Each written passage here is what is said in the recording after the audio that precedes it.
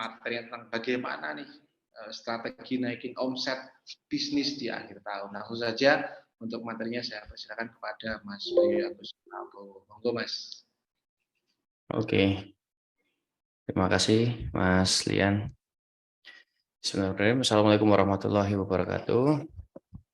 Selamat malam ya semuanya. Salam sejahtera untuk kita semua. Alhamdulillahirrahmanirrahim kita bisa ketemu di webinar malam ini ya, insya Allah yang baik ini ya. Saya dapat mandat untuk sharing gimana sih cara naikin omset bisnis di akhir tahun gitu ya. Ya banyak cara sebetulnya, dan ini memang sangat global ya, karena waktunya juga sempit, maksudnya cuma 1 jam, jadi ya saya nggak bisa bahas teknis secara dalam, saya kasih mungkin fundamental dan ya yang gambaran umumnya seperti itu. Oke, hari ini ada 15-an peserta ya, nggak apa-apa, berapapun mah, yang penting ada yang denger. 1 orang, 2 orang, karena prinsip saya tuh saya nggak pernah tahu dari siapa atau kondisi seperti apa nanti. Maksudnya kan saya niatnya sharing ya, ilmu saya itu akan kepake gitu ya, dan bisa insya Allah niatnya dapat amal jariah gitu ya. Jadi mau 10 mau 5 juga nggak apa-apa gitu, karena belum tentu ya kalau 1000 orang pun ada yang mempraktekkan gitu ya. Oke, pertama-tama juga saya terima kasih atas kesempatannya ya dari DG Volume untuk sharing di Jumat ini hari baik insya Allah. Nah, ini ada. Jadi terima kasih kesempatannya dan semoga sharing saya nanti ini bisa kasih manfaat bagi 15-an ini ya, peserta ini. Oke, kita langsung aja ya. Saya coba share screen aja langsung.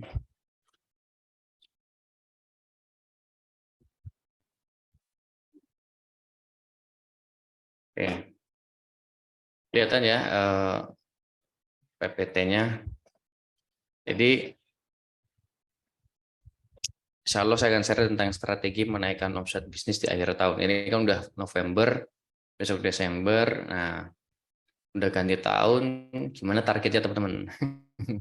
Apa resolusinya, targetnya, dievaluasi ya, apakah tercapai, belum? Kalau belum tuh berapa persen? Kenapa belum? Kenapa sudah? Nah itu silahkan ya. Kalau saya pribadi sendiri, kalau dari sisi bisnis, ya alhamdulillah kalau dari misi-misinya sudah tercapai, ya insya Allah tercapai, gitu. Karena kita sudah punya target-target tertentu ya. Tapi kalau dari yang pribadi masih ada beberapa yang belum tercapai. Tapi nggak apa-apa, namanya berproses ya. Oke, kita bahas strategi naikin omset bisnis di akhir tahun. Perkenalan dulu ya. Kalau nama saya Bayu Agus Prabowo, biasa dipanggil Mas Bayu karena orang Jawa Tulen, aslinya Cilacap, sekarang tinggal di Jogja. Gitu. Istri 1 anak 3 dan sudah pengalaman lebih dari 5 tahun di internet marketing gitu ya. Nanti kita memang bahas lebih ke internet marketing ya. Itu judulnya mungkin nanti persempit, meningkatkan omset menggunakan digital marketing. Nah, bisnisnya apa? Bisnisnya namanya Bagus Group yang baru 1 tahun ini saya bentuk gitu ya. Grupnya, salah satunya memang di Volume gitu ya. Jadi saya salah satu bahasanya tuh kalau di startup tuh foundernya lah gitu ya, atau salah satu ownernya di Volume, karena saya bersirah dengan Mas Willian gitu ya di sini di Volume gitu. Ini bersama Mas Lian juga dan Mas Yuda satu lagi. Selain itu yang ada di Bagus Group, ada Creatify, itu pelatihannya ya, pelatihan ada di Gmap sekarang namanya Bani, ada konsultan, ada Good People tuh yayasan, Bagus Media tuh jualan retail gitu, ada herbal, fashion dan lain-lain di situ. Nah, itu bisnis saya sekarang. Kalau timnya yang terbaru alhamdulillah nambah satu perusahaan lagi ya. Yang tadinya 70-an sekarang mungkin sudah 130, 150, saya lupa datanya gitu. Karena saya baru bersedekah juga dengan salah satu brand fashion yang cukup besar di Indonesia gitu. Nah, ini bisnisnya seperti ini ya. Jadi full intinya di digital marketing. Nah, Digivolume sendiri kan mungkin teman-teman sudah tahu bahwa Digivolume itu adalah jasa kelola marketplace ya, atau bikin toko, terus optimasi judul dan seterusnya sampai iklan gitu. Alhamdulillah kita udah, kalau dari awalnya 2 tahun ya, 2 tahun. Tapi kalau bareng sayanya Mas Beli itu 1 tahunan ini lebih. Oktober atau November ya Mas Lian lali itu, lupa sekitar itulah. Alhamdulillah timnya kalau di volume 30-an 30-an ya, gitu. Seperti itu. Nah, itu background-nya. Selain itu juga saya aktif ngajar, sharing gitu ya, sharing. Ini saya trainer Facebook Ads sudah 65 angkatan gitu ya. Itu di luar yang corporate, in-house training, private. Besok nih sama Indosat nih tanggal 2 dan 3 ini Desember itu corporate. Nah, ini private di Dr. Boyke di Surabaya, Gresik, training CS, saya juga trainer untuk CS online gitu. Ini di Jakarta, di Jogja dan seterusnya. Ini di kampus, ini di tadi Indosat 4 tahun yang lalu, ini 4 tahun lagi, 4 tahun kemudian sekarang repeat order. Lama, cukup lama 4 tahun gitu. Ya, training Facebook Ads juga nanti besok tanggal 2 dan 3. Ini Naturafit sudah 5 kali juga nge-training maklonernya ya, yang maklon di pabrik ini herbal. Ini programnya aja, program sekolah advertiser namanya. Jadi sebulan ini offline, kalau besok yang tanggal 26 tuh 27 online 1 bulan. Itu ya namanya sekolahavertiser.com. Nanti kalau tertarik silahkan buka. Oke, balik lagi ke tema. Jadi panggil aja Mas Bayu ya, itu perkenalan singkat aja background-nya biar makin kenal aja. Saya tadi belum ngikutin perkenalannya, jadi belum tahu background-nya seperti apa yang hari ini. Pokoknya salam kenal aja ya, panggil aja Mas Bayu. Oke, langsung aja karena waktunya 1 jam ya sampai jam 9 ya. Untuk jatah saya jam 9 dan nanti ada sesi tanya jawab setengah jaman. Oke, kita langsung aja. Bisnis ya, kan tadi pengen naikin omset bisnis, tapi sebetulnya lebih jauh lagi adalah naikin profit harusnya. Karena kalau omset itu belum tentu profit. Nah, saya pernah tahu dan pernah ngalamin omsetnya gede tapi profitnya kecil atau bahkan nggak ada, itu ada. Jadi yang kita pikirkan, yang kita target adalah profitnya ya, bukan omsetnya. Makanya saya coba breakdown 5 cara naikin profit. Sebetulnya nggak harus cuma akhir tahun sih.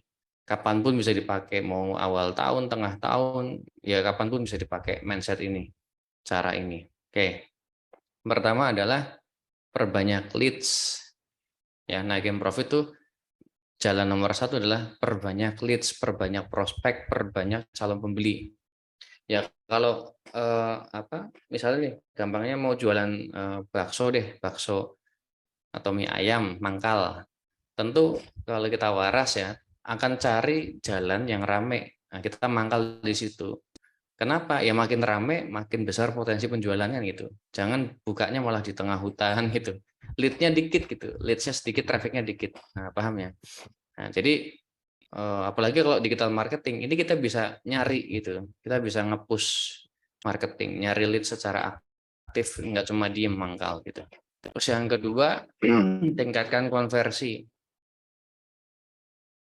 Kalau tadi tukang abang bakso yang mangkal, gimana caranya yang lewat di depan gerobak saya atau toko warung bakso saya, misalnya sehari ada yang lewat 1.000, gimana caranya 1.000 itu terkonversi 10%, 20% mampir ke sini dan beli. Nah itu. Jadi kalau mau naikin profit ya naikin konversinya.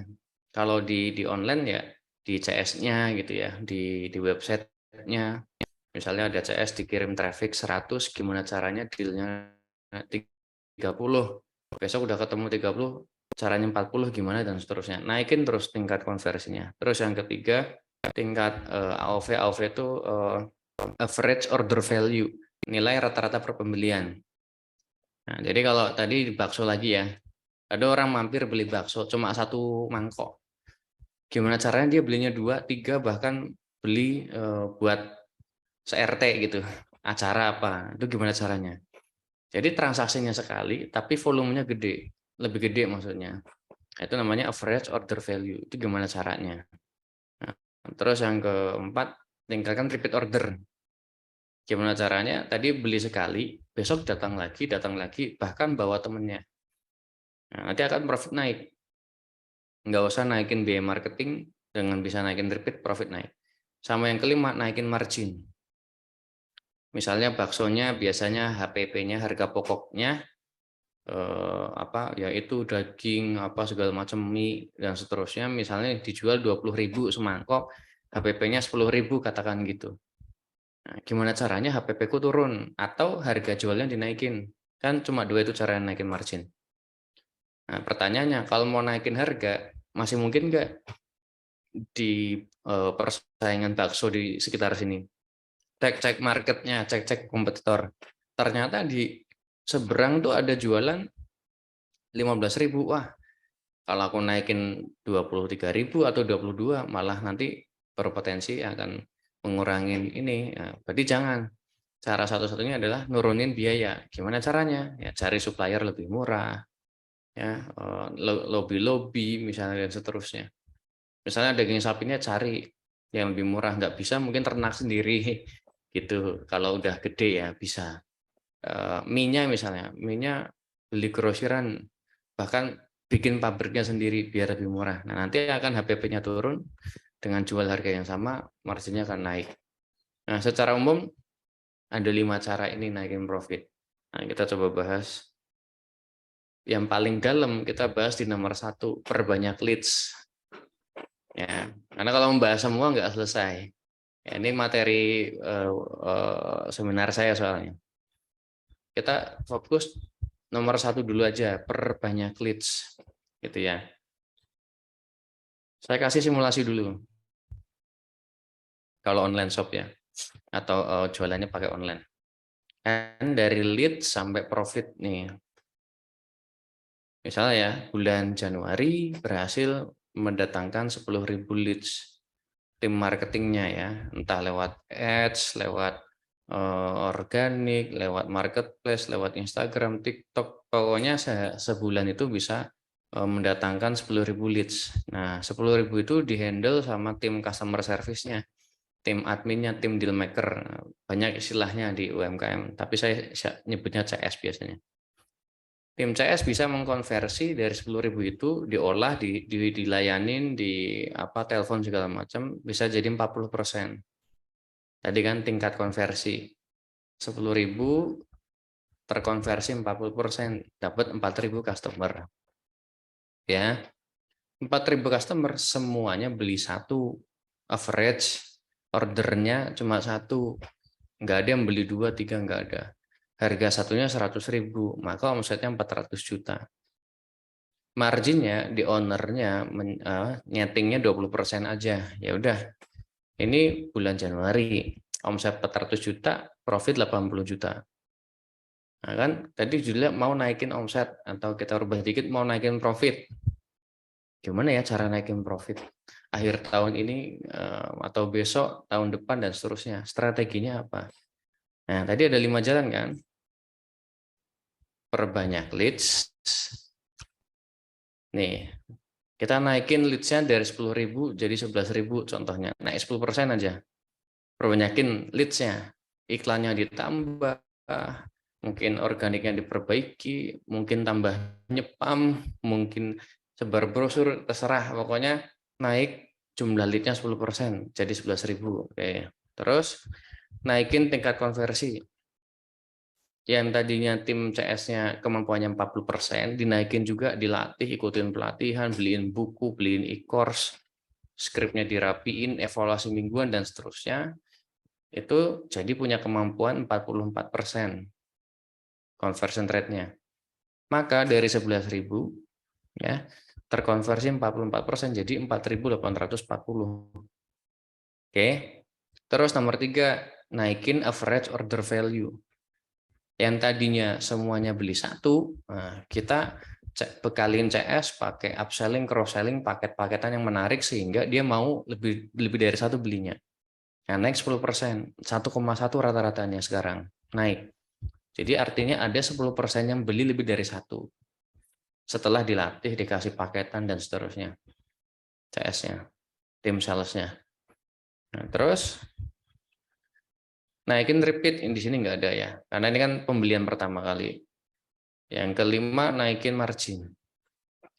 Nah, ini dari 20% jadi 22%. Misalnya si tukang baksonya tadi misalnya ketemu supplier daging lebih murah. Jadi biayanya turun, harga pokoknya turun, otomatis marginnya naik gitu. Naik jadi 22%. Nah, kita lihat cuma dengan naikin 10, 10, 10, 10, 10, 10, ujungnya naik 61%. Gitu. Ya, ini namanya konsepnya namanya marginal gains. Ini juga salah satu materi di seminar saya. Jadi cuma naikin 10, 10, 10, tapi ujungnya naik 61% dari sebelumnya. Sebelumnya profit 80 jadi 128 juta. Effortnya, tenaganya, usahanya cuma naikin 10. Apalagi misalnya leads-nya naikin 2 kali lipat, hitung sendiri kenaikannya nanti. Lead naik 2 kali lipat, CS-nya jadi 50%, AOV-nya jadi 1,5, marginnya jadi 30, pasti ini lebih gede lagi nih kenaikannya. Nah, gitu ya. Semoga udah mulai kebayang konsep sederhananya, ya simpelnya seperti ini. Kalau mau naikin bisnisnya, profitnya, ternyata nggak cuma marketing aja yang digenjot, tapi tadi belum ngomongin repeat nih. Coba bayangin bulan kedua ini dari total 4.000 yang pertama tadi ada yang repeat 30%. Apa nggak nambah profitnya? Nah, makanya jangan cuma new customer terus yang digali, tapi existing customer juga digali, dioptimasi. Nah, mulai kebayang ya. Nah, cuma karena keterbatasan waktu, ya saya cuma bahas nomor satu dulu nih. Gimana caranya leads-nya tuh makin tinggi.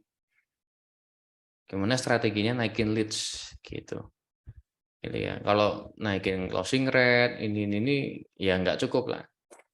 Biasanya seharian materinya gitu. Oke ya, kita naikin leads sekarang. Marketing kan berarti. Karena tugasnya marketing adalah mendatangkan leads sebanyak-banyaknya dan tertarget. Nggak asal juga, nggak asal banyak tapi tanda kutip sampah gitu. Yang ngapain juga ngasal masukin lead gitu. Nah, karena kita yang dibahas adalah digital marketing, ya udah.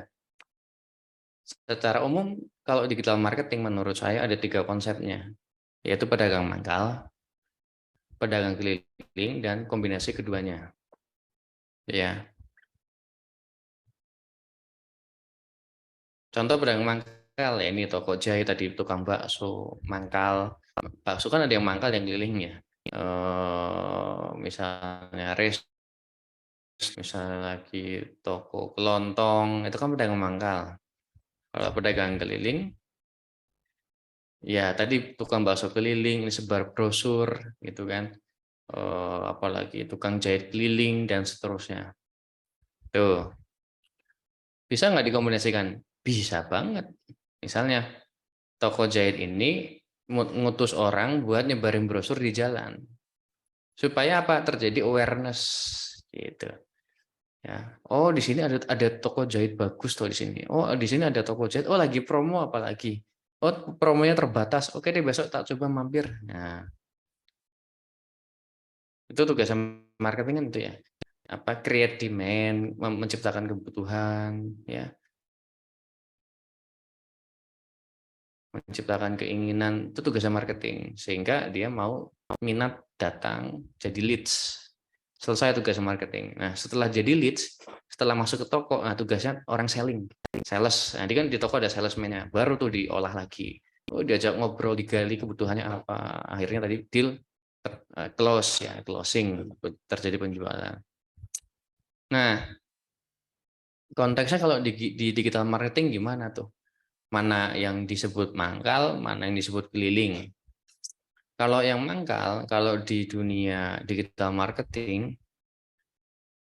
kita lihat ya. kita bagi dulu sumber trafficnya ada 3, yaitu search engine, sosial media, marketplace. Secara umum ada 3 sumber traffic secara umum di digital marketing. Mesin pencarian, Google, Yahoo Search, Bing, YouTube juga mesin pencarian kan, nyari video apa gitu, dan seterusnya. Sosial media ya Facebook, Twitter, Instagram, TikTok, dan seterusnya. Marketplace ya tahu sendiri lah, Shopee, Tokped, dan seterusnya. Itu saya bagi 3 kategori sumber traffic besarnya di digital marketing sekarang. Nah, yang dibilang mangkal, ya tadi berarti kan dia tuh diem, orang datang. Nah, berarti jualannya tuh yang jualan produk-produk atau jasa yang basicnya tuh kebutuhan. Contoh ekstrim, sedot WC,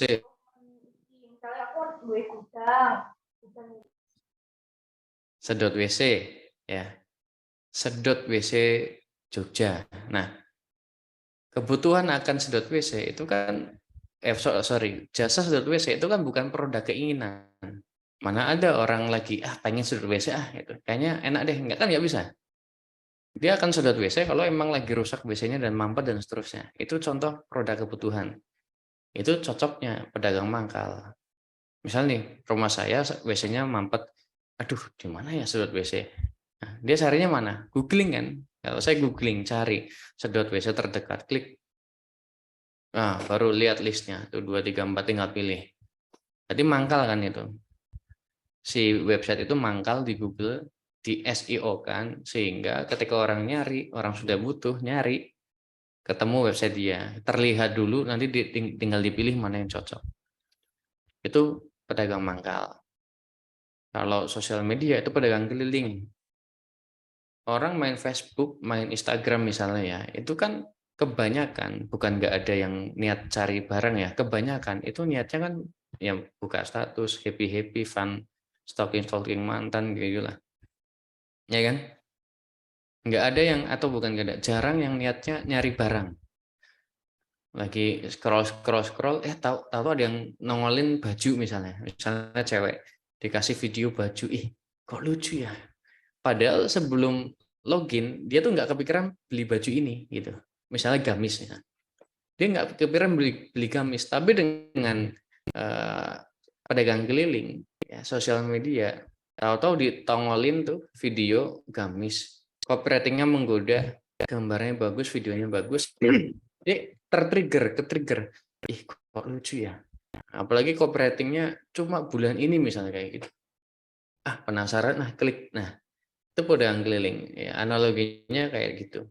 Misalnya ada ibu-ibu lagi masak, lagi nyapu di rumah, kan nggak pikiran belanja apa-apa. Tahu ada yang ting tong, assalamualaikum gitu. Dibuka, cekrek. Ternyata apa? Tukang ini. Salesman nawarin panci misalnya, wajan dan seterusnya. Nah, lalu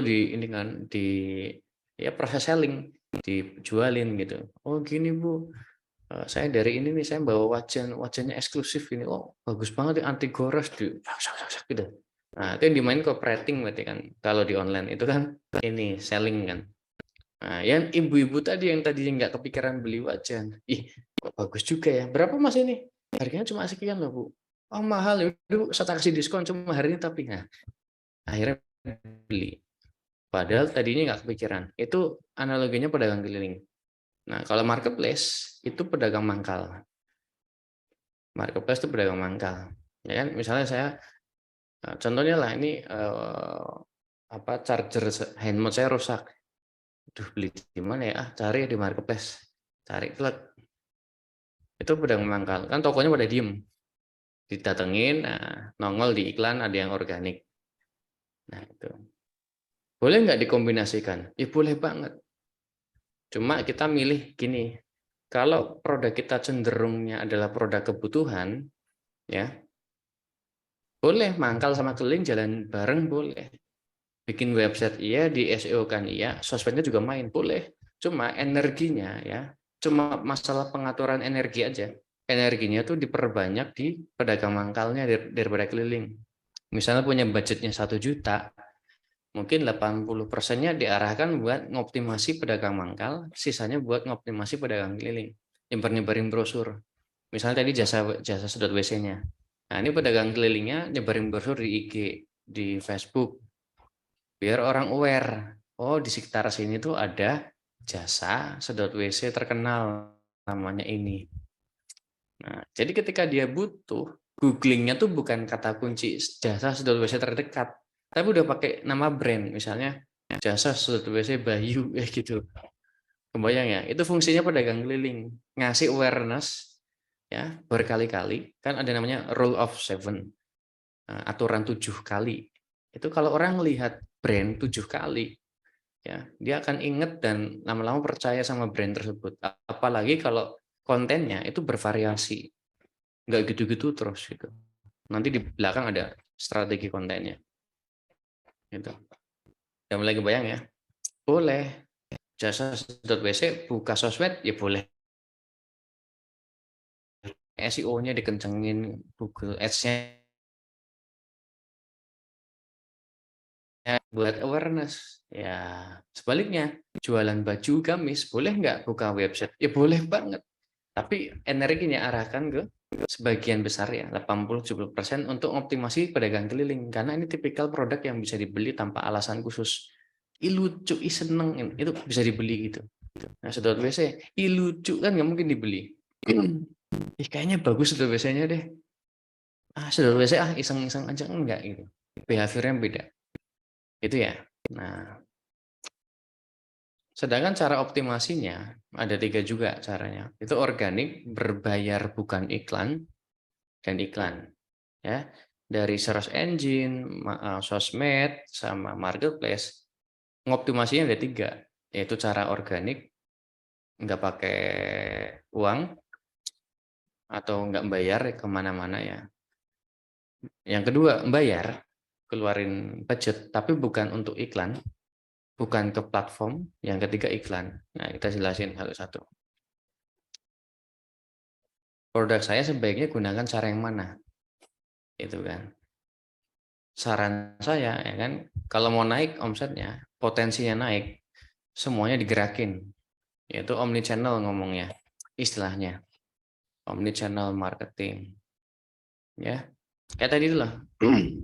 Saya punya jasa sedot WC, ya saya bikin Google-nya. Saya bikin websitenya, saya bikin YouTube-nya, saya bikin IG-nya, saya bikin Facebook-nya, saya nyepam juga di WA gitu-gitu. Apalagi jelas ada store-nya, ada tokonya, ada lokasinya. Nah, misalnya brand fashion-nya, ya brand fashion saya misalnya.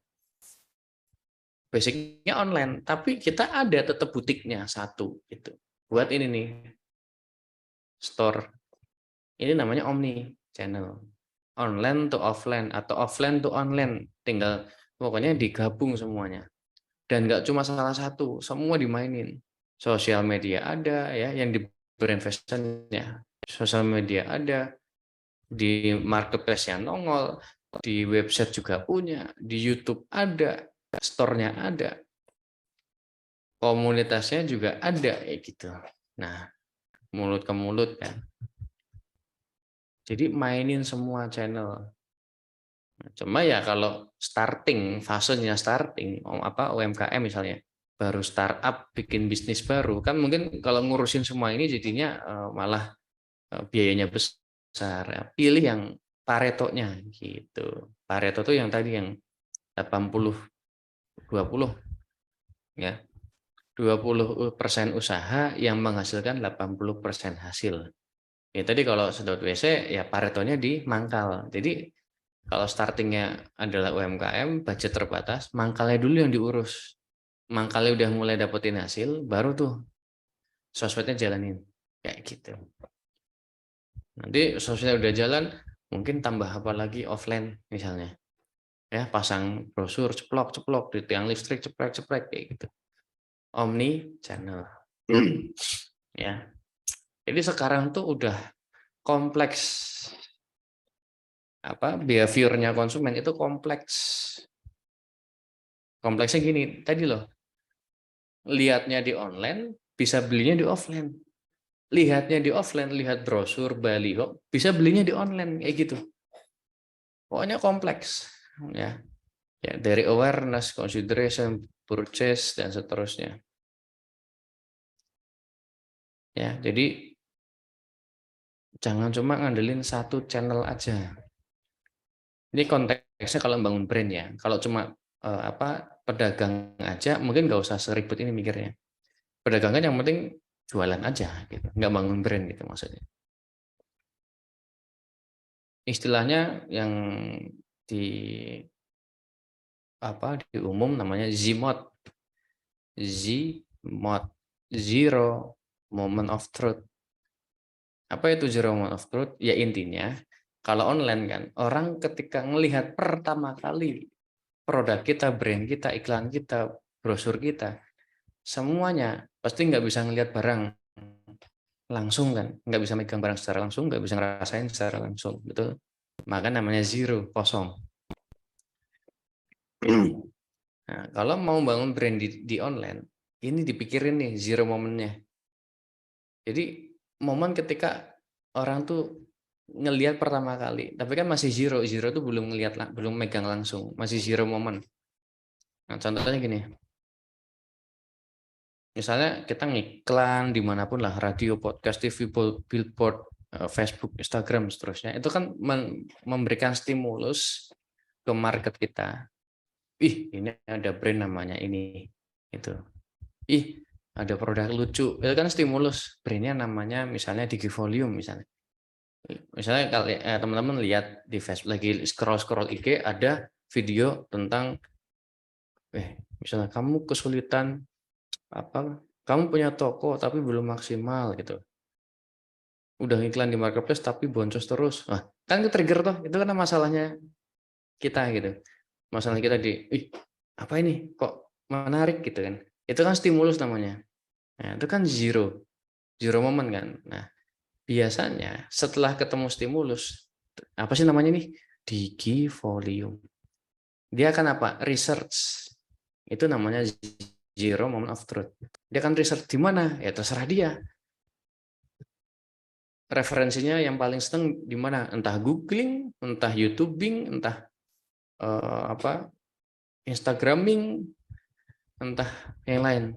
Misalnya nih kalau saya googling, coba saya cari dulu di Google Digivolume. Contoh ya, setelah lihat iklan, saya kepo. Nah,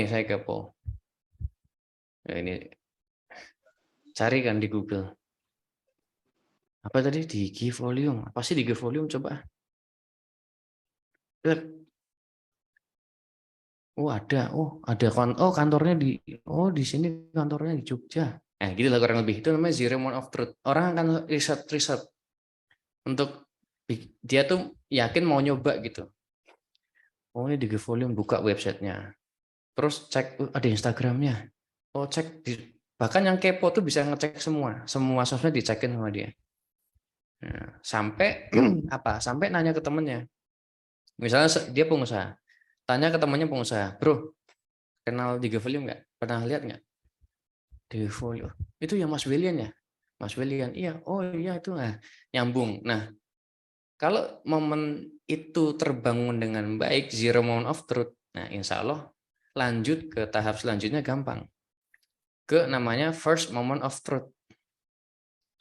Dia akan udah yakin kan karena sudah research segala macam, lihat rating, review, rekomendasi. Kan 3R sekarang eranya, rating, review, rekomendasi. Itu yang dibangun, rating, review, rekomendasi.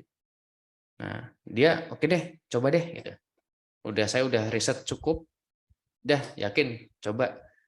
Harganya juga murah, kalaupun jelek ya udahlah, resikonya nggak terlalu besar gitu.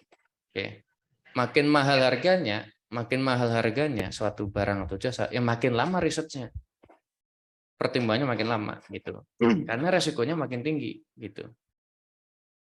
Makin mahal dan makin beresiko barang atau jasanya. Contoh yang beresiko ya, misalnya herbal. Herbal kalau diminum itu barangnya nggak aman kan kita yang kena. kesehatannya, bisa mencret, bisa diare, macam gitu. Nah, itu biasanya risetnya akan makin dalam. Dia akan carinya makin kepo. Ini bener nggak sih ini gitu? Brand apa sih ini? Nah, itu kalau kita nggak bisa bangun ini, orang mental. Dicari di Google nggak ada gitu kan, di YouTube nggak ada. Ini brand apa toh gitu? Meragukan. Tapi kalau dicari di Google, muncul di berita-berita ya, cari di YouTube muncul di seleb-seleb YouTube. Wah ini brand terkenal ternyata. Nah, dia coba kan, beli, tunggu datang. Nah, ketika megang barang yang ngerasain segala macam itu namanya first moment of truth. Kalau baju dipakai, enak nih gitu. Itu first moment of truth. Itu juga dibangun. Jangan sampai cuma kuat di sini, tapi produknya nggak nggak apa namanya nggak me, nggak bikin puas lah gitu, nggak bikin happy. Jadi zero moment of truth-nya kenceng, bagus ya. Tapi ketika dicoba dia kecewa, ya berhenti, selesai. Nggak akan mau jadi advokat, nggak akan mau jadi namanya second moment of truth, berhenti gitu. Nah, padahal tadi ada 5 cara naikin profit, salah satunya adalah naikin repeat order. Ya ini di sini nih kuncinya. Kalau mau naikin repeat order, first moment of truth-nya dia harus happy. Gimana caranya? Ya produknya dibagusin, layanan diperbagusin. Selalu inovasi, pokoknya cari gimana caranya happy tuh customer-nya. Nah, kalau dia happy, ya dia happy nih. Wah, bagus nih bajunya, bagus nih jasanya, bagus nih. Nah, semuanya oke. Nanti dia akan beli lagi yang kedua. Namanya second moment of truth gitu. Untuk ngevalidasi lagi, bener nggak nih brandnya konsisten nggak pelayanannya, produknya. Nah, kalau keduanya juga dia udah validasi masih stabil, konsisten pelayanan sama kualitas barangnya, nah, terjadilah nanti jadinya advokat namanya, brand advokat. Itu dia akan loyal sama kita. Nah, setelah advokat namanya brand evangelist. Evangelist dia akan rekomendasiin brand kita. Gitu. Nah, padahal menurut survei, alasan kamu beli sesuatu paling tinggi nomor 1 apa? Rekomendasi.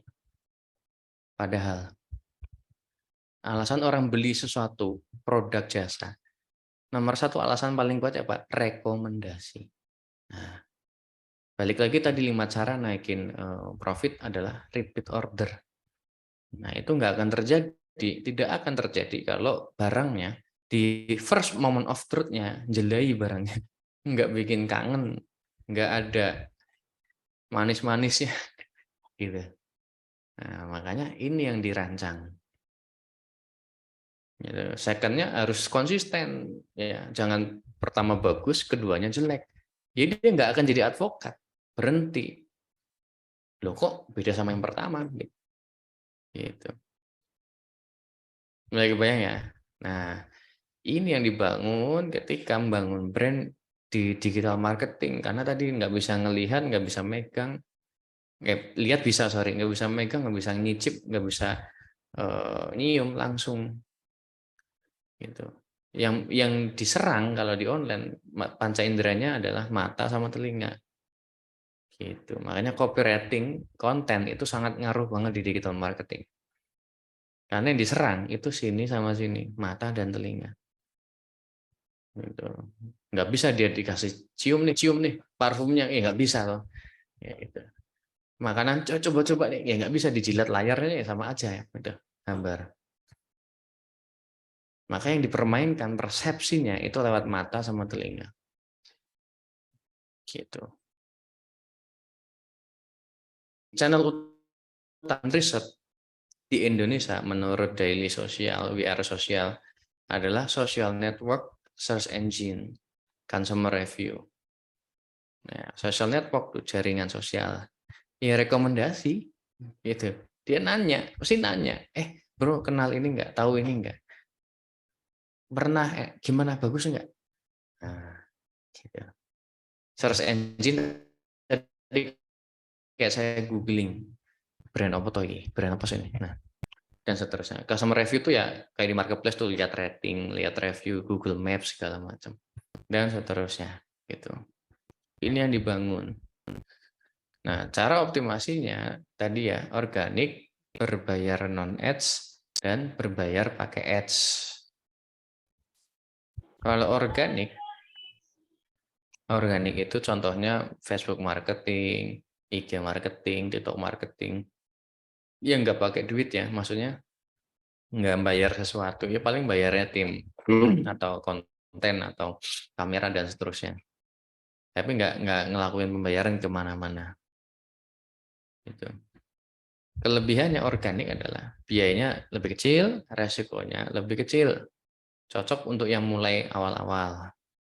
Yang belum punya modal besar, belum punya ilmu, misalnya mau ngiklan nggak tahu gimana, organikan dulu aja tuh juga bisa. Sekarang tuh antara TikTok versus Instagram, YouTube tuh lagi perang. Kita manfaatin nih.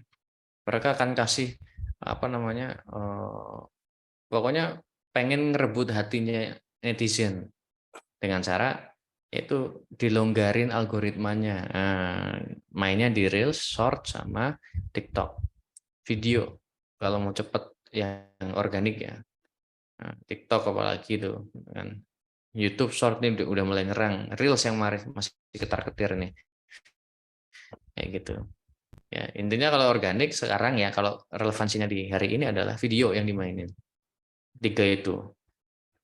Reels, TikTok, Short. Yang lain mainin, cuma fokusin di situ kalau organik. Karena 3 platform ini atau 3 placement ini itu yang algoritmanya lagi enak-enaknya sekarang. Artinya nggak perlu follower besar, itu bisa jangkauin banyak orang gitu. Beda kalau postingnya cuma di feed Instagram. Ya kalau cuma di feed yang kita jangkau paling follower kita berapa persen ya gitu. Tapi kalau pakai Reels itu bisa jangkau bisa di luar follower. Tantangannya kalau pakai organik, waktunya lebih lama, jelas. Ya, misalnya dari nol ngumpulin 1.000 follower, 2.000 follower, itu lebih lama. Lebih telaten intinya. Jangkauan dibatasi oleh algoritma. Ya, pokoknya pilihannya 2. Mau investasi uang, apa investasi waktu dan tenaga. Sesuaikan sama keadaan.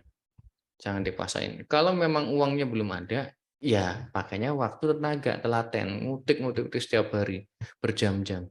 Tapi kalau ngerasa nggak punya waktu, sibuk segala macam, ya investlah di uang, pakai iklan. Biar mesin yang jalan gitu. Pilihannya itu, jangan maunya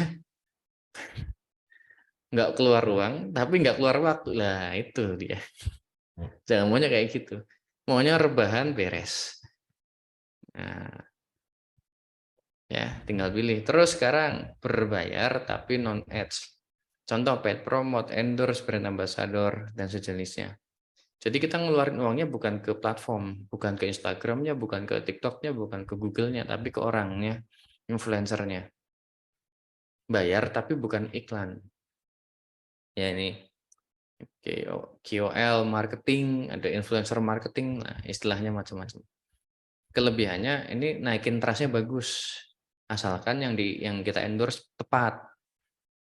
Dan kita bisa pilih target yang lebih spesifik. Nah, misalnya saya jual gamis, ya saya cari influencer yang followernya kira-kira tuh ya pemakai gamis juga. Gitu.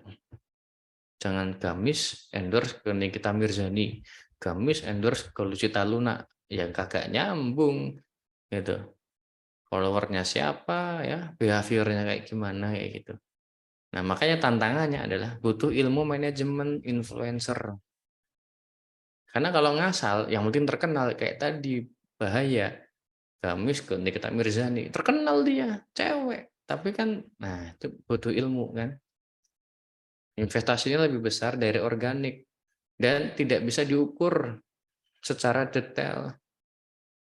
Nggak bisa. Di brand fashion saya itu, setiap bulan puluhan yang kita endorse influencernya. Dan kita nggak bisa mengukur secara tepat ya, secara pasti influencer mana yang ngasilin sales, mana yang enggak tuh nggak bisa. Makanya mindsetnya nanti beda kalau influencer. Bukan nyari sales kalau influencer nanti, tapi lebih ke awareness. Nah, itu butuh ilmu.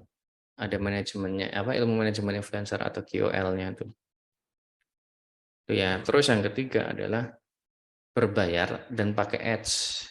Bayar iklan ke platform, misalnya Google Ads, TikTok Ads, Facebook, Instagram Ads, apalagi Twitter Ads ya kalau ada kayaknya. Nah, itu. Kelebihannya, ya karena kita membayar, ya tentu waktunya lebih sedikit, lebih cepat tertarget, sih penting wani piro gitu. Budget 100.000, misalnya menjangkau 10.000 orang. Kalau mau 1 juta orang dijangkau, ya tinggal dikaliin aja ya gitu. Cuma tantangannya, kalau sembarangan iklan ya boncos. Kalau ngawur ya boncos. Ada ilmunya dan ini makin menantang di sini. Gitu. Di workshop saya aja 2 hari ngajarinya karena peritilannya banyak banget. Setup settingannya dari awal, yang dari nol ya. Kan saya khusus yang dari nol. Itu. Nggak tahu apa-apa, ikut workshop saya 2 hari, saya paksa. Hari kedua, hari pertama udah running iklan. Kayak gitu. Kelebihannya lagi adalah bisa diukur dengan detail. Iklan budget sekian, ngasilin klik berapa, ngasilin ini berapa, ngasilin ini ada dashboardnya. Ya tadi contohnya nih. Nih contoh iklan ini lagi buka dashboard. Nah ini kan ada tuh dashboardnya. Ya kan. Terukur, oh iklan mana yang bagus, iklan mana yang kurang. Nah gitu. Nah, itu kelebihannya kalau pakai ads. Lebih scalable. Tinggal naikin budget dan seterusnya. Cuma tadi tantangannya, ilmunya harus siap dulu, kan berilmu dulu sebelum beramal. Apalagi iklan yang membutuhkan dana, investasi. Resiko tuh nggak bisa hilang, cuma bisa di-manage dengan cara ilmu dulu. Gitu. Kita belajar dari pengalaman orang yang sudah berapa tahun-tahun, formulanya kayak gimana, biar kita tuh actionnya nggak sembarangan. Gitu. Ya, itu kuncinya. Nah, pilih yang mana, sesuaikan dengan kebutuhan sama keadaan. Gitu. Kalau pengen cepet ya ads, cuma keadaannya memungkinkan nggak, uangnya ada nggak, gitu, ilmunya ada nggak dan seterusnya. Kalau ada, ayo ads gitu. Ya. Dan mau pakai cara apapun ya, semua itu akan butuh konten. Kalau digital marketing mau pakai organik, mau pakai apa influencer, mau pakai iklan, semuanya butuh konten. Kuncinya di sini kalau digital marketing. Nah, di marketing itu kan ada funnel ya. Tofu, mofu, bofu, top of funnel, middle of funnel, bottom of funnel. Kalau saya, konten itu dibagi 3 ini fungsinya.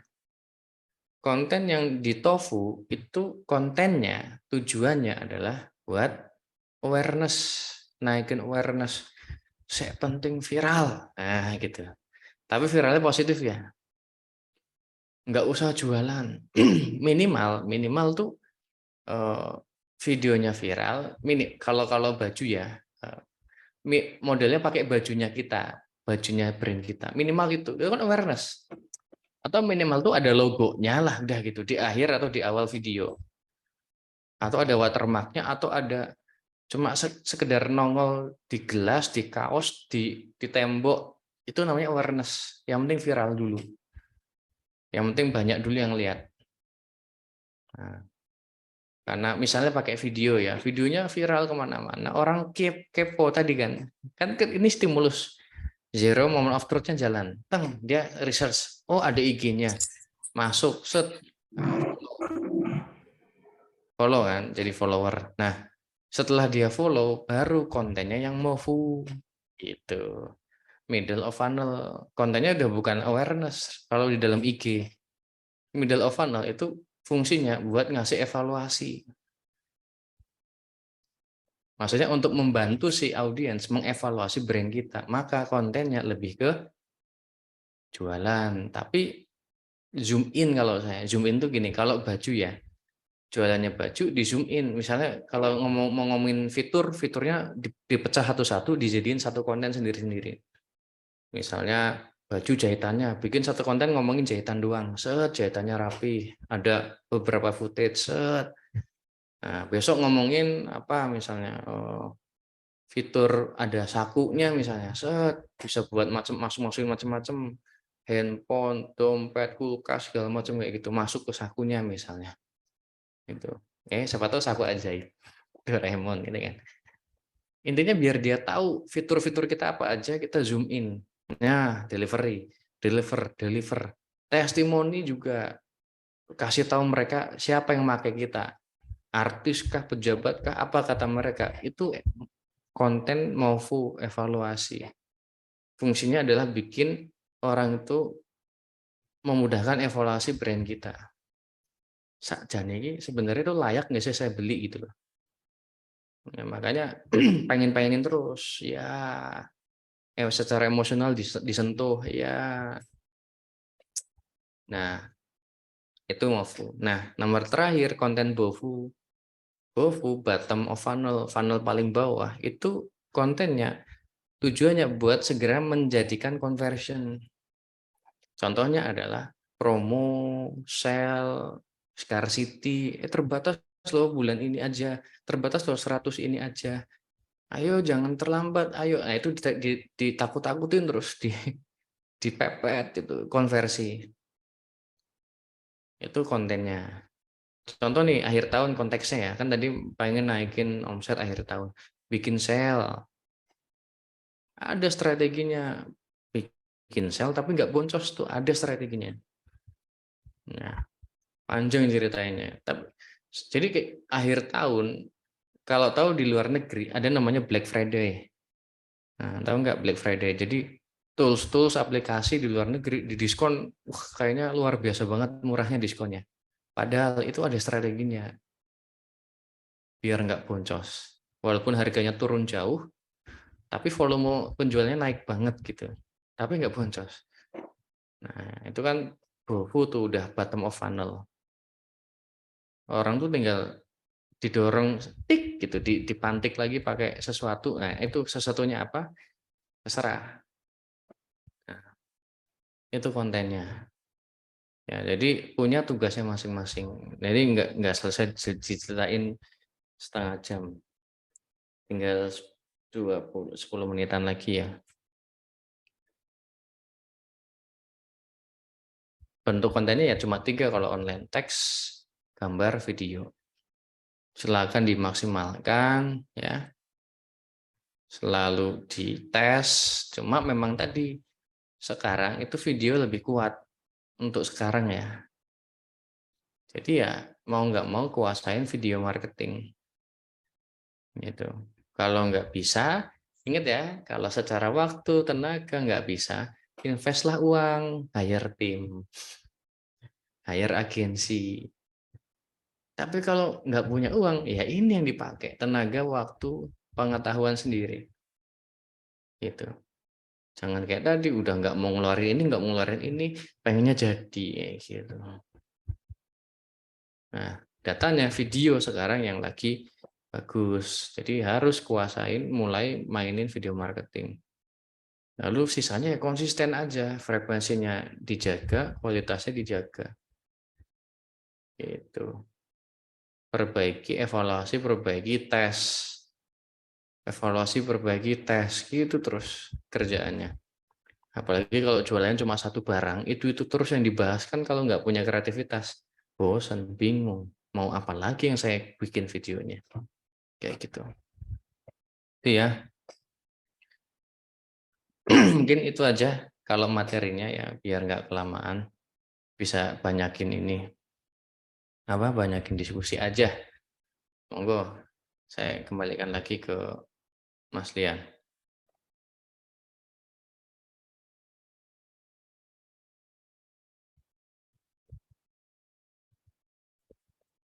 Mana Mas Lian? Oke, Masya Allah ya, materinya tentang gimana caranya naikin. Tadi udah dibahas tuh sama Mas Bayu ya. Sebenarnya saya sampaikan ke Bapak Ibu sekalian, teman-teman, kalau nanti yang mau tanya boleh raise hand boleh, open mic juga boleh. Kemudian di kolom chat juga silakan boleh dimasukkan, boleh ditulis ya. Nanti kita bahas di sesi tanya jawab ini insya Allah ya. Cuman yang jelas coba saya simpulkan sedikit tentang tadi materi-materi yang disampaikan oleh Mas Bayu ya. Ada 5 cara tadi ya, 5 cara untuk menaikkan omsetnya. Salah satunya yang paling penting tadi soal mindsetnya adalah marketing itu ternyata intinya mendatangkan lead sebanyak-banyaknya ya. Karena kadang banyak nih Mas Bayu yang mindsetnya dalam tanda kutip ya masih berpikir bahwa marketing itu yang penting produknya dikenal orang dulu, dikenal. Padahal sebenarnya tujuan utamanya adalah biar makin banyak orang yang tahu untuk datang nyoba dikonversi, bukan hanya sekedar tahu. Itu yang paling digarisbawahi ya buat Bapak Ibu dan teman-teman sekalian.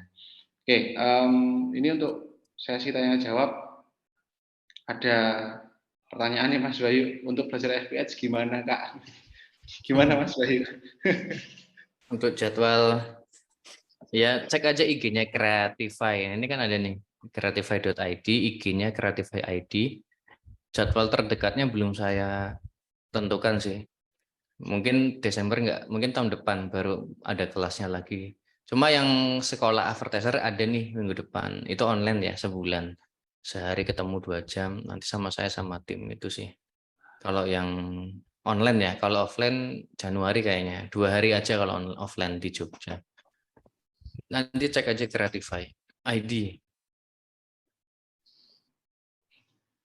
Oke, itu ya. Jadi untuk Kak Yudi Show namanya ya. Itu silakan nanti bisa dicek di Instagramnya Creatify ID atau nanti ke websitenya juga bisa creatify.id ya.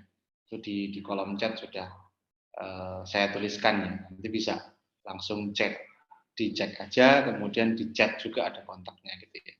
Ini dari user itu daging semua. Terima kasih Mas Bayu. Oke, sama-sama. Kemudian beliau tanya lagi, Mas Bayu, boleh tanya cara manajemen tim, terutama buat CS. Ini manajemen tim, Mas. Lagi nih arahnya ke manajemen SDM. Nah, itu gimana, Mas Bayu, cara memanage tim, terutama CS? Aduh, ya. Ya panjang ceritanya nanti jadi berjam-jam lagi nanti. Cara manajemen tim. Ya kalau secara singkat ya. Secara singkat tuh gini. Manage tim ya. Nah, step pertamanya kalau saya tentukan dulu visi misinya, value lah, value itu nilai-nilai. Jadi di perusahaan kita itu mau ngumpulin orang jenis apa gitu. Jenisnya yang kayak gimana. Itu dulu bikin standar itu. Nah, supaya nanti si HR atau siapapun yang rekrut punya patokan mau masukin orang tuh yang begini nih bentuknya gitu. Misalnya nih contohnya di kolam deh misalnya, di kolam air tawar. Itu perusahaannya anggaplah kolam isinya lele misalnya ya atau nila lah nila. Ya masukinnya jangan ikan paus di situ gitu atau jangan lele masukinnya nila. Nah, nila itu diterjemahkan jadi kayak tadi value-nya apa nih? Misalnya disiplin kah, harus orang yang cekak-ceket kah, harus apakah, spiritual kah, religius kah. Nah, itu dulu nomor 1, terus direkrut. Wah, kan bikin standar terus direkrut. Nah, soalnya dari situ prosesnya membangun tim nggak asal-asal ya. Nah, direkrut nanti ya sisanya evaluasi terus sih. Ya, kalau mau lebih jelasnya tentang saya juga ada kelasnya soalnya tentang CS itu 5 jam. Ya nggak bisa saya jelasin singkat ya. Nggak bisa ya, di sini 1 jam malah nggak nyanda nanti.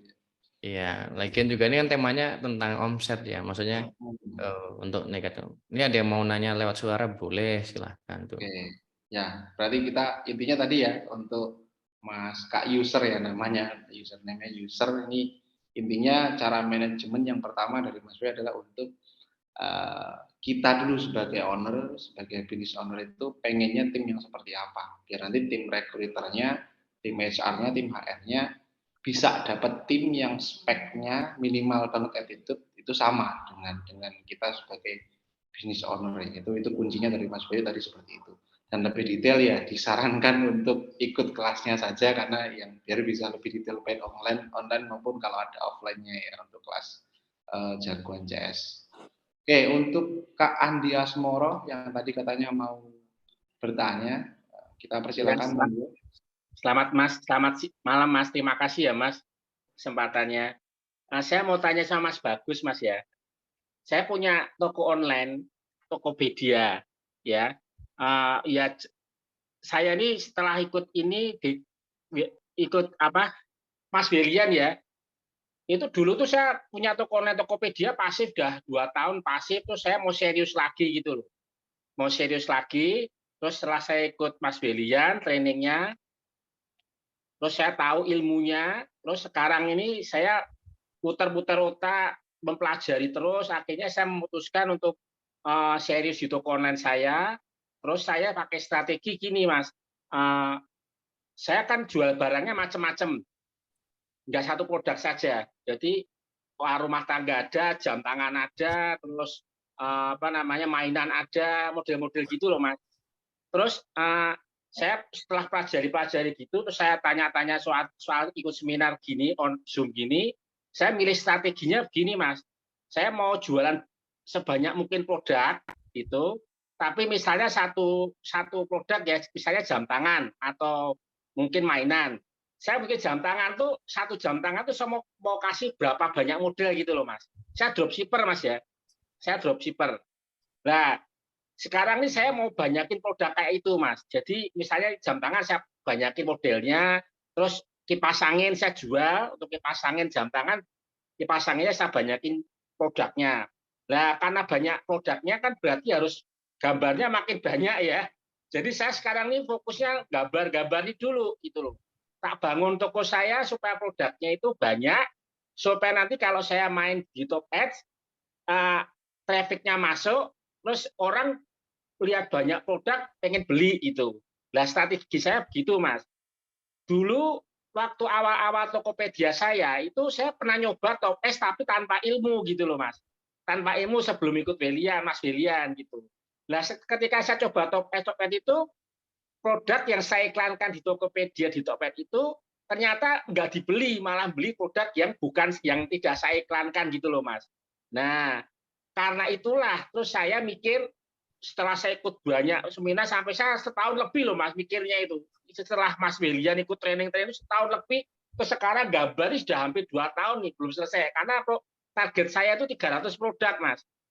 Nah, padahal satu produk kan harus di-set kata kunci, terus gambarnya harus bagus, pakai copywriting. Saya juga belajar copywriting, akhirnya nemukan konsep. Akhirnya satu hari bisa satu gambar, 5 produk. Belum nyari videonya, Mas ya. Itu belum nyari videonya itu. Videonya pakai YouTube, saya belum edit itu.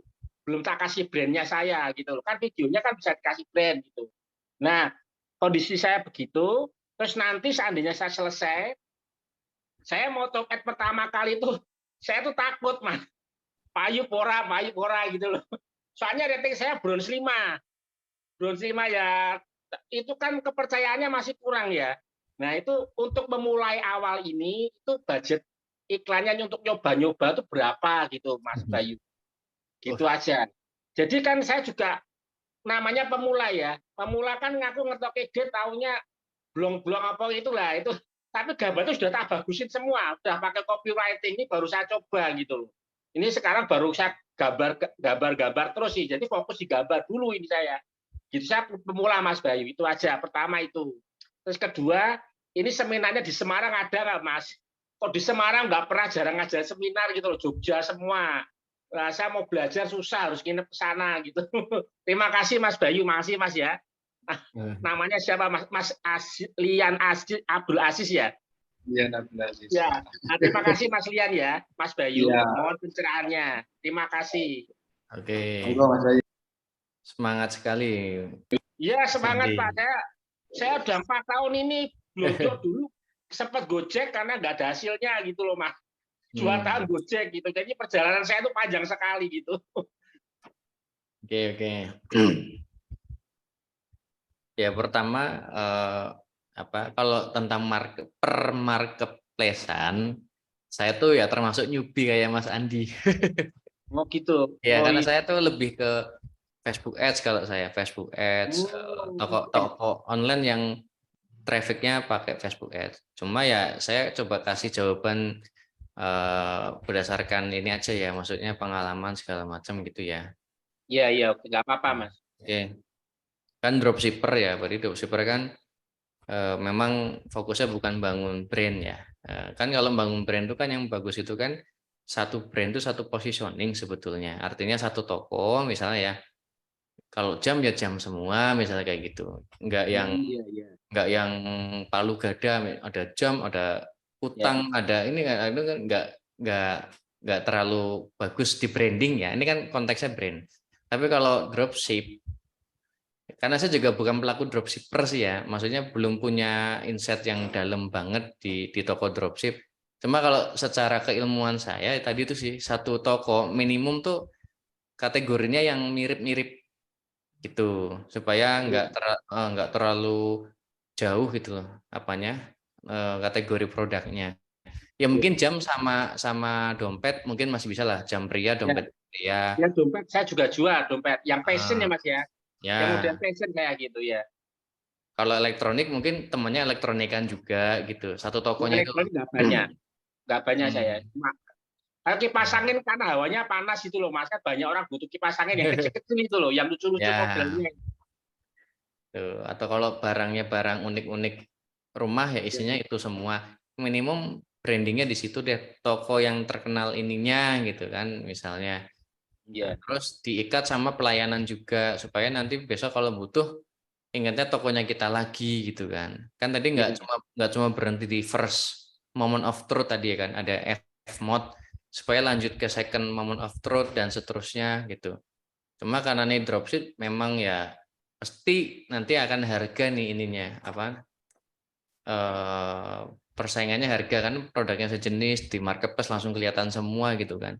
Kalau Iya, iya. bangun brand kan enggak, bangun brand tuh bisa beda gitu kan. Hmm. Packagingnya udah beda, brandnya beda, dijual harga lebih mahal pun nggak masalah ya gitu kalau bangun brand. Tapi enggak apa-apa, Mas Andi dari awal dropship dulu is okay buat apa namanya memulai ya kan, bangun brand juga effortnya lumayan ya bangun brand itu. Maksudnya tiba-tiba produksi sekian itu kan ya butuh dana segala macam. Jadi nggak apa-apa dropship dulu. Cuma tadi masukannya itu pelayanan dijaga. Kalau masalah budget itu pasti kata kunci saya adalah tergantung sama kemampuan. Jadi nggak ada basicnya berapa, itu nggak ada. Ya tinggal kita atau Mas atau siapapun yang mau ngiklan tuh punya nyediain budget berapa, itu sih kata kuncinya. Kalau gini, kalau memang belum yakin ya pelan-pelan ngeluarinnya. Sehari mungkin berapa dulu, puluhan ribu. Nyari pola, udah ketemu pola baru naikin gitu. Oh iya. Naikin, naikin, udah ketemu pola lagi naikin gitu kan. Prinsipnya seperti itu sih. Kalau kalau ngiklan budget, apalagi kan tadi udah pernah ikut Mas Willy ya. Iya, heeh. Nah, bisa kan Mas Willy itu kalau kan hari ini baru workshop nih Mas Willy ya. Setiap workshop beliau itu kan masang Zoom. Jadi yang alumni yang lama itu bisa ikut juga lewat online sebetulnya. Apa? Untuk mengamati update terbaru kalau mau itu. Jadi ada receipt bahkan gratis online gitu. Nah, Iya. kan update terus kan platformnya. Aturannya berubah, algoritma berubah. Nah, fungsinya workshop atau komunitas itu kan kayak gitu ya, untuk ada update apa cepat gitu loh, dapat ininya, teng, atau insight-nya segala macam. Besok ada update ini, ada lagi infonya cepat. Tempat nanya juga ada, mentornya ada, itu kan kelebihannya itu ya, ikut workshop sebetulnya. Salah satu. Yang penting yang bagus aja milihnya itu, jangan yang workshop yang nggak jelas gitu ya. Maksudnya tuh cek aja track record-nya lah, gitu Iya. kan.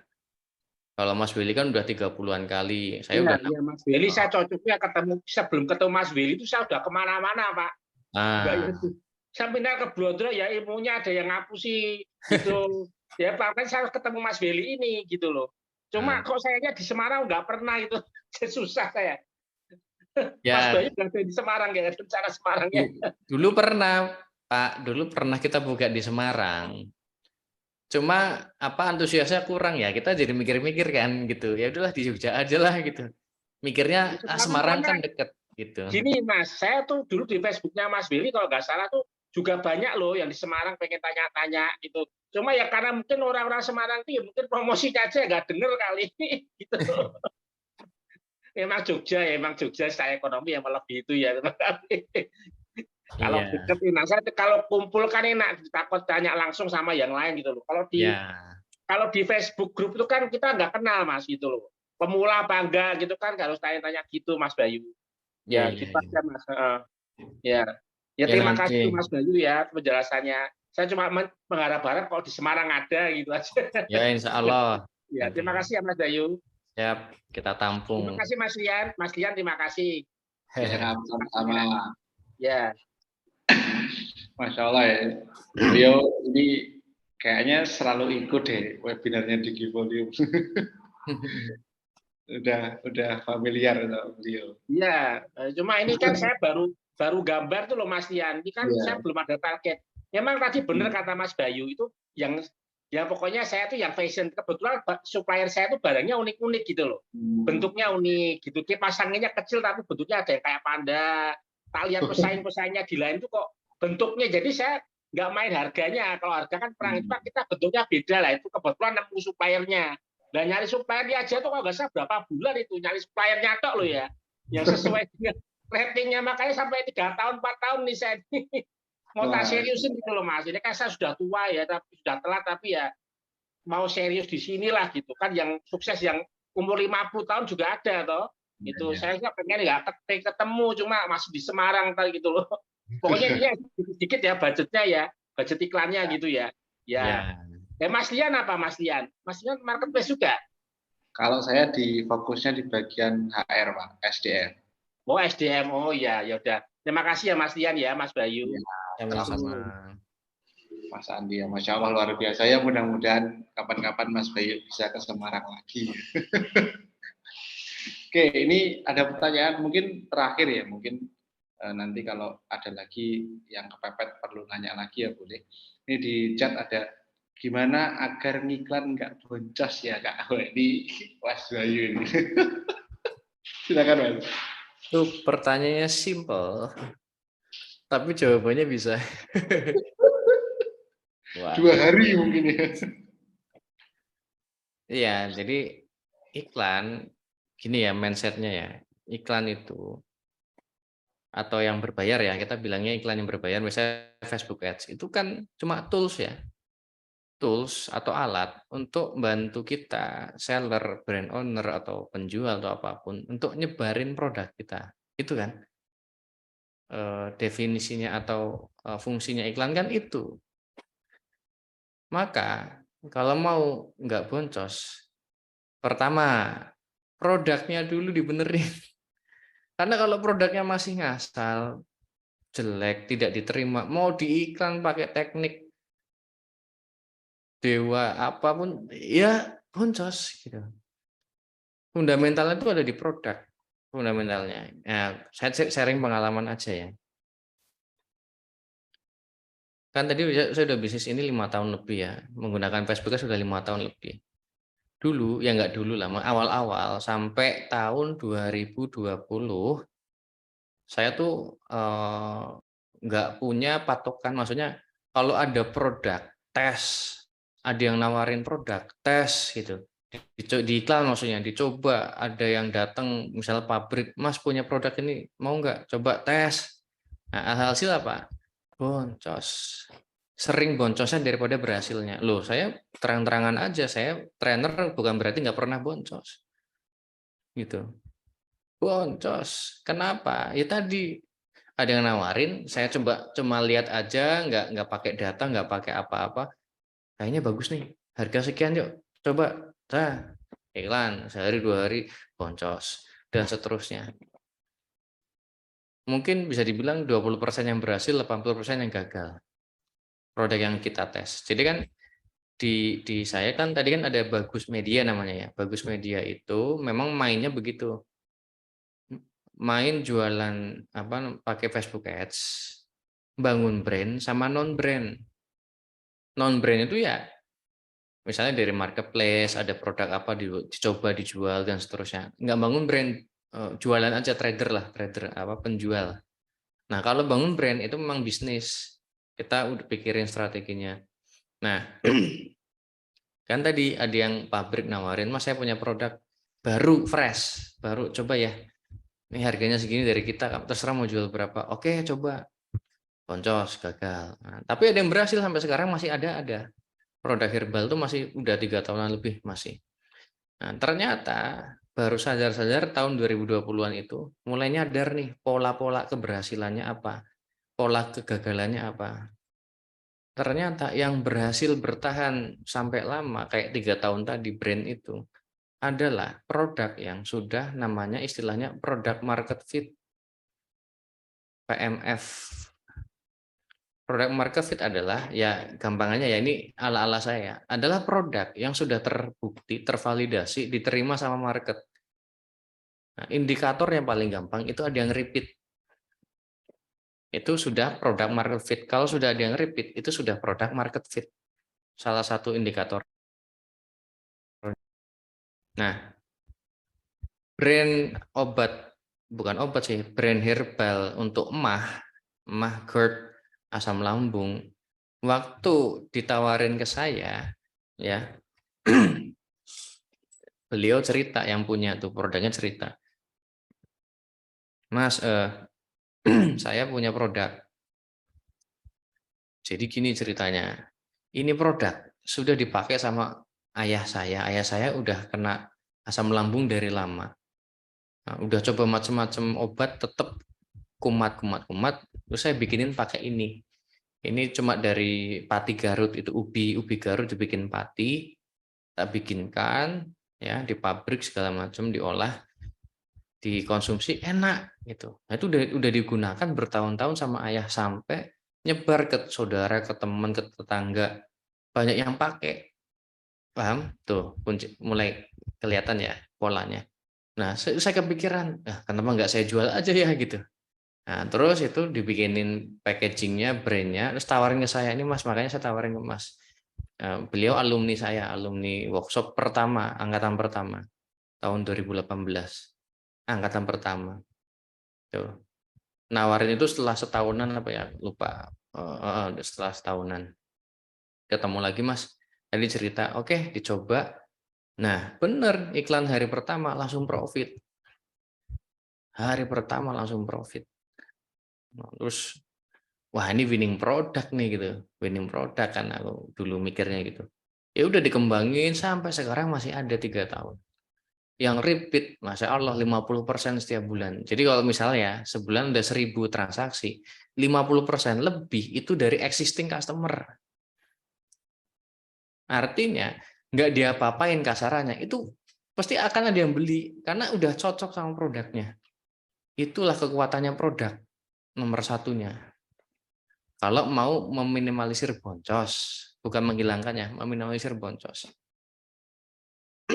Nah ya, terus dari belajar itu tahun 2020 mulai berubah cara main. Yang tadinya asal ya tanda kutip asal terima, coba. Nah, mulai agak selektif, lihat produk, diteliti dulu pasarnya gimana, masih boncos juga. Nah, makin ke sini benar-benar udah ketemu poinnya adalah kalau ada orang mau ngajak kerjasama sama kita, syaratnya adalah sudah produk market fit dulu. Syarat wajibnya. Apa indikatornya? Tadi sudah dicoba dijual, organik, ada yang beli. Yang beli seneng, puas, repeat order. Datanya ada jelas, feedbacknya bagus. Ini yang saya cari, ayo sini kita iklankan. Nah benar, setelah nerapin itu, alhamdulillah 100% berhasil. Produk yang begitu kita iklankan. Karena kenapa? Iklan tuh tadi loh sejatinya cuma nyebarin produk kita pakai mesin gitu kan, pakai Facebook Ads. Jadi kalau produknya udah bagus, iklannya jadi nggak terlalu ngoyo-ngoyo gitu. Nggak usah pakai teknik jelimet-jelimet, nggak usah pakai aneh-aneh. Karena apa? Fundamentalnya udah kuat. Produk fundamentalnya.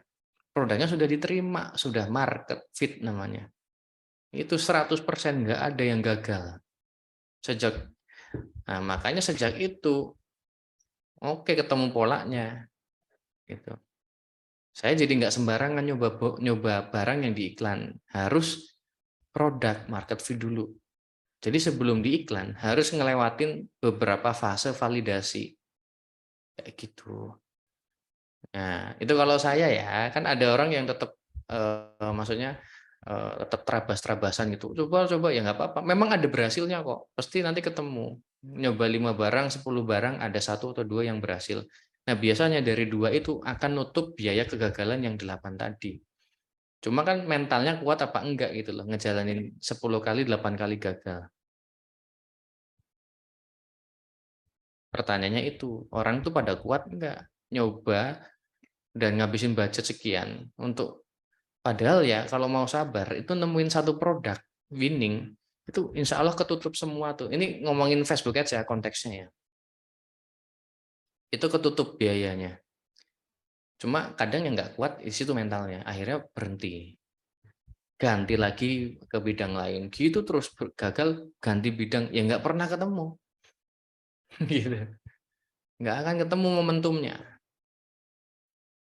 Nah, yang sekarang berhasil itu cuma menang telaten, menang sabar, menang ya kadang bejuk juga gitu. Ketemu momentumnya. Ya kayak saya tuh bukan lebih pintar dari muridnya enggak.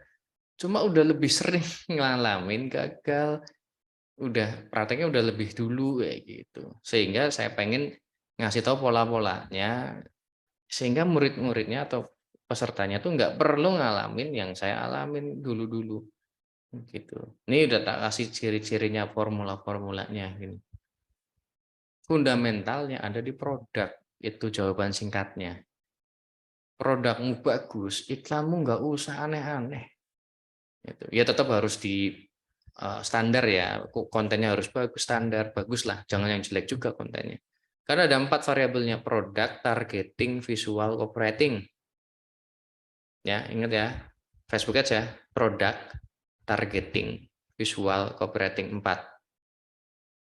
Produknya bagus, targetingnya ngaco, ya ngaco juga hasil iklannya. Jualan BH ke cowok, ya ngaco lah gitu. Produk targeting, visual, jualannya misalnya tadi apa herbal mah, visualnya pakai HP cepret, ditaruh di lantai, ya nggak kurang menarik lah gitu. Copywriting, jualannya cuma dijual obat mah, ya kurang menarik lah gitu. Ya, jadi 4. Produk, targeting, visual, copywriting, dan semua ini ya bisa kita optimasi. Produk kita bisa optimasi, targeting juga bisa, visual bisa, copywriting bisa. Khusus targeting, visual, copywriting itu ada di dashboard dan kita bisa cek, kita bisa evaluasi setiap hari mana yang belum optimal, mana yang sudah di dashboardnya gitu. Oke, jadi intinya gitu ya. Kalau pertanyaannya bagaimana ngiklan biar nggak boncos, ya pasti boncos. Pasti akan ada boncosnya. Cuma di mindset ya, mindsetnya growth mindset. Jadi mikirnya jangan baru nyoba 2 gagal mandek. Ya harus dicoba terus. Tadi Mas Bayu bilang bisa jadi setelah nyoba 8 gagal 8 kali, ternyata 2 yang terakhir menuju 10 itu yang berhasil yang bisa nutup kerugian di 8 sebelumnya gitu ya. Oke, dari Kak Tien, oke makasih Kak. Oke sama-sama, mudah-mudahan bermanfaat ya buat teman-teman, buat Bapak Ibu sekalian. Dan sebelum kita nanti setelah ini ada sesi foto ya, foto bersama gitu. Nanti silakan kita minta teman-teman Bapak Ibu sekalian untuk dengan kerendahan hati, dengan kesediaannya untuk open kamera gitu ya, biar kita bisa take fotonya untuk dokumentasi bahwa kita sudah melaksanakan webinar gitu ya. Dan ini di kolom chat ada form evaluasi, itu nanti di sana ada pertanyaan-pertanyaan mungkin terkait masukan-masukan atau mungkin ada permintaan next kita mau membahas tema apa nih, nanti coba kita carikan speakernya yang bisa kita ajak kolaborasi ya. Mudah-mudahan itu niat kita lewat webinar ini benar-benar supaya tadi di awal Mas Bayu sudah menyampaikan berapapun pesertanya mau puluhan, mau ratusan, atau mungkin di bawah 10 sekalipun, tujuan kita adalah menebar manfaat. Intinya seperti itu. Jadi mohon dicek di kolom chat ya, di kolom komentar itu ada link yang dibagikan oleh admin Digivolume-nya, oleh Digivolume ke Bapak Ibu sekalian, silakan diisi ya. Di situ nanti bisa disampaikan masukan-masukannya kepada kita di event webinar Digivolume ini ya. Oke, silakan teman-teman semua bisa open cam terlebih dahulu. Nanti sama kakak-kakak admin Digivolume silakan di capture ya. Nanti saya memberikan apa-apa dihitung 1, 2, 3 dan saya minta untuk teman-teman tim Digivolume untuk mengcapture-nya. Oke, silakan Bapak Ibu sekalian boleh open cam, pasang ekspresi yang paling unyu boleh ya. Pasang ekspresi yang paling menggemaskan juga boleh ya. Oke, alhamdulillah. Terima kasih semuanya Bapak Ibu sekalian. Mudah-mudahan bermanfaat. Nanti insya Allah sharing di webinar batch 4 ini dari Mas Bayu akan kita post di YouTube ya, dan rekamannya bisa kita bagikan ke grup yang mungkin teman-teman sudah join. Harapannya nanti kita akan ketemu lagi di webinar Digivolume di batch kelima dan seterusnya untuk sharing. Dan sekali lagi saya ucapkan terima kasih kepada Mas Bayu selaku pemateri. Makasih Mas Bayu sudah menyempatkan di tengah kesibukan yang luar biasa ya, sudah mau sharing gitu sebentar walaupun saat dengan kita semua. Mudah-mudahan itu bisa membawa manfaat dan mudah-mudahan jadi pahala jariah juga buat Mas Bayu ya. Amin. Amin. Kemudian terima kasih juga buat Bapak Ibu sekalian yang sudah menyempatkan waktunya, dingin-dingin ya, malam-malam lagi yang mungkin lokasinya sekitaran Jogja ini lagi dingin sekali ya. Mudah-mudahan kita semua selalu dalam kondisi sehat walafiat, tanpa kurang suatu apapun, dan selalu dalam naungan perlindungan Allah Subhanahu wa Ta'ala. Oke, mungkin dari kami begitu dulu. Sampai jumpa di event-event selanjutnya. Kalau ada salah dari saya, dari Mas Bayu, dan dari tim, mohon maaf yang sebesar-besarnya. Kelebihan itu semua datang dari Allah. Saya tutup. Bila taufiq wal hidayah. Wassalamualaikum warahmatullahi wabarakatuh. Waalaikumsalam warahmatullahi Selamat malam semuanya. Sampai ketemu lagi.